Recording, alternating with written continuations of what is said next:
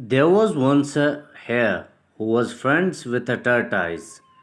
One day he challenged the tortoise to a race.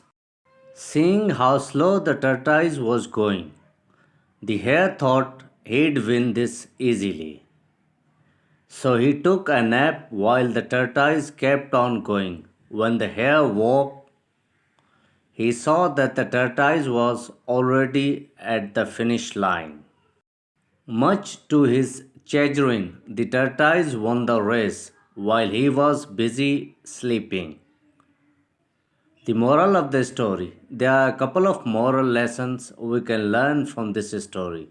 The hare teaches that overconfidence can sometimes ruin you, while the tortoise teaches us about the power of perseverance even if all the odds are stacked against you.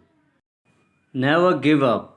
Sometimes life is not about who is the fastest or the strongest. It's about who is the most consistent. Thank you for watching. Please subscribe my channel for more interesting videos and share with your friends.